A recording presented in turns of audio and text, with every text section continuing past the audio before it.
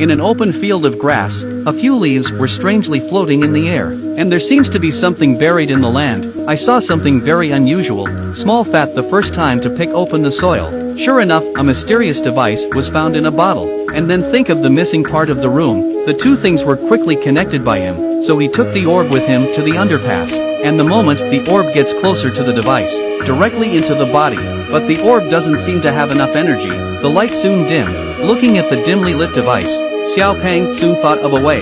He found some wires in the warehouse, and hauled in a diesel generator. When Colin gets here, the passage has been miasma by the little fat. According to his judgment, this orb also has a finite amount of energy. The reason it doesn't work, probably just a lack of energy. Then the small fat thought of the way to charge him. Just to be safe, the two ran to the other end of the tunnel and connected. The charged source ball seems to be activated.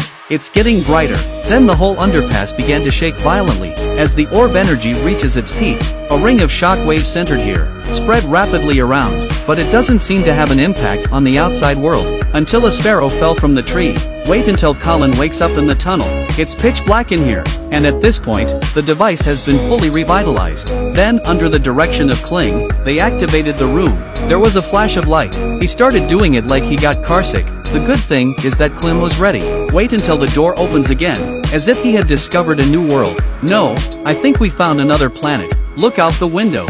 Completely different from the Earth. The little fat man looked very excited. Look at the other hatch to the outside world. Xiao Peng suddenly had the idea of going out for a stroll. At this point, Kling seemed to take an interest. Back on Earth, Colin took him to a warehouse. Two sets of space houses stand in the cupboard. This is not, of course, something you can buy in the supermarket. It was a long time ago, Colin had the idea of getting out. So they made these two sets of spacesuits, because KRYN doesn't make supercharging devices. So these spacesuits are only half finished, and the fear of his heart, it also made him give up the idea of continuing the production. And the skill that Klein lacks is exactly what Little Pony excels at. After buying the equipment at the dive shop, Xiao Peng soon completed the renovation of the spacesuit. After the tests, everything was fine. They came here again with their spacesuits.